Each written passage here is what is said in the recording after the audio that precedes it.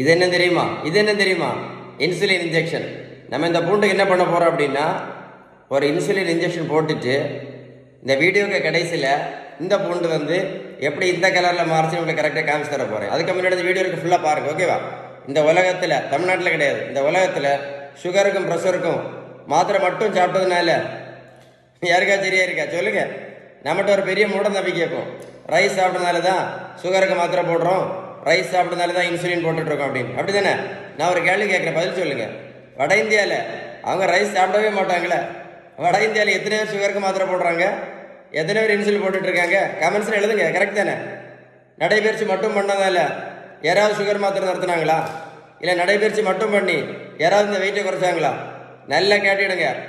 1 kilometre நடைபயிற்சி பண்ணினா கூட 40லேருந்து 50 கேலரி மட்டும்தான் எரிக்க முடியும். ஆனால் நடைபயிற்சி மட்டும் பண்ணி எந்த மாத்திரை, எந்த இன்சுலினும், எந்த மருந்தும் நடத்தவே முடியாது. அதே மாதிரி நடைபயிற்சி மட்டும் பண்ணி இந்த வெயிட்டை கண்டிப்பாக குறைக்க முடியாது. ஒரு பேப்பரில் வேணால் எழுதி வச்சுடுங்க, சரிதானே?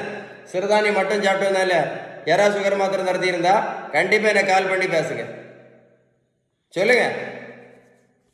வெந்தயம், ஆவாரம்பூ, மூக்கரட்டை கீரை, சிறு குறிஞ்சான் பொடி, கொய்யா இலை, மாங்காய் இலை, கிரீன் டீ, கரிஞ்சீரகம், கருவேப்பிலை, நெல்லிக்காய் ஜூஸ், நாவல் பழம், இது எல்லாமே நல்லது தான். நான் என்ன கேட்குறேன்னா, இதை சாப்பிட்டதுனால யாராவது சுகர் மாத்திரை நடத்துனாங்களா?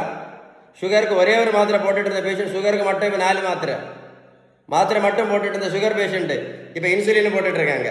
வெந்தயம், கருவேப்பிலை, கரிஞ்சீரகம், மாங்காயில், கருப்பு கவனி அரசு, சிறுதானியம், மூக்கரட்டை கீரை, நடைபயிற்சி, யோகா, மெடிடேஷன். நல்லா கேட்டுடுங்க. மருத்துவத்தோட ஸ்டாண்டர்ட் புத்தகம் ஹாரிசன். அந்த புத்தகம் என்ன சொல்லுது அப்படின்னா, sugar, pressure, cholesterol, fatty liver, பித்தப்பைகள், தைராய்டு, பிசிஓடி, பிசிஓஎஸ், ஹார்மோன் பிரச்சனை, யூரிக் ஆசிட் பிரச்சனை, உடல் பருமன், இது எல்லாத்தையும் அவங்க சொல்லக்கூடிய ஒரே ஒரு treatment, correct treatment, balance diet மட்டும்தான். கடைசி தான் மாத்திரை.